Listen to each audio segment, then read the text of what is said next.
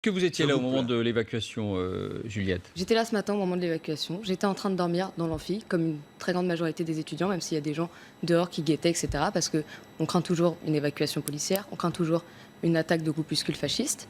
Alors, est-ce que vous jugez illégitime cette évacuation à partir du moment où, de toute évidence, il est établi que cette occupation elle est très minoritaire, elle était très minoritaire parmi les étudiants? Mais il n'a jamais été établi que cette occupation était très minoritaire parmi les étudiants.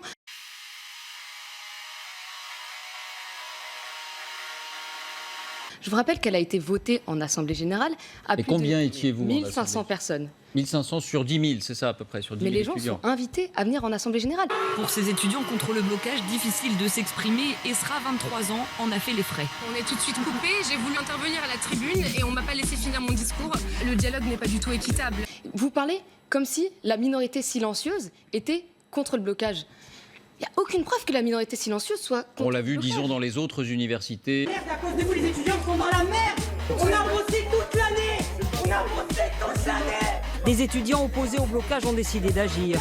La nuit dernière, ils se filment en train de dégager eux-mêmes les accès.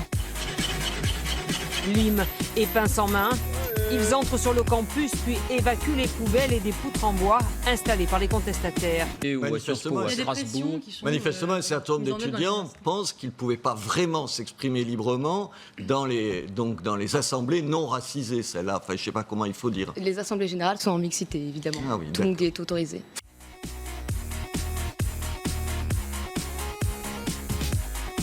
Le problème, c'est qu'ils prennent des décisions pour nous, en notre nom, alors que nous, on n'a rien demandé. Et si on a le malheur de ne pas s'y retrouver, on est forcément facho, on n'a juste pas le droit d'être contre, en fait.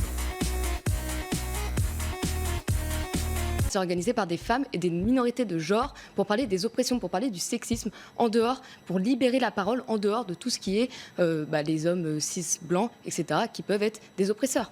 Vous voulez dire que pour qu'une parole s'exprime, il faut se sentir protégé, entre guillemets, à l'écart, entre soi? Oui. Quand ils prennent la parole, c'est toujours la même chose. Vous entravez notre liberté d'étudier. Le racisme à l'égard des Blancs n'est pas systématique. Donc le racisme parce anti-blanc que est une invention, il n'existe pas. Maintenant, j'aimerais qu'on revienne sur la répression qu'il y a eu ce Attendez, matin. ça n'existe pas, c'est S'il une vous plaît. invention. Mais enfin, vous vous rendez compte, mais vous sortez de la fac, vous allez dans des quartiers voir comment ça se passe.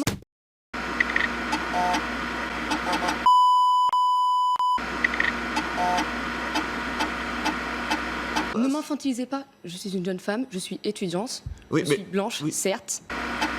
C'est vrai, pour vous c'est Bon. très difficile, je comprends qu'avouer que vous êtes blanche, c'est un vrai problème. Est-ce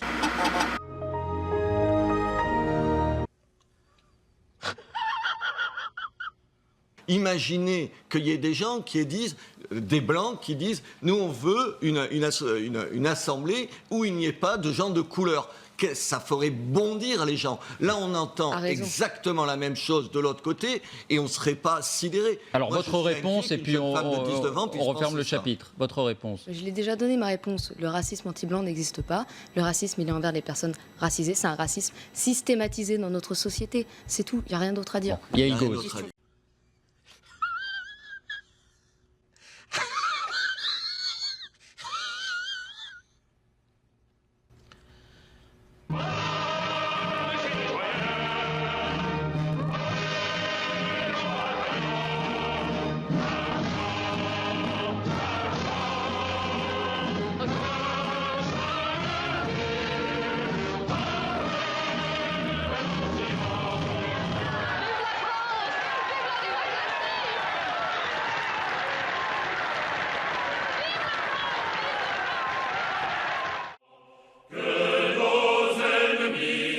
Expirons, notre triomphe.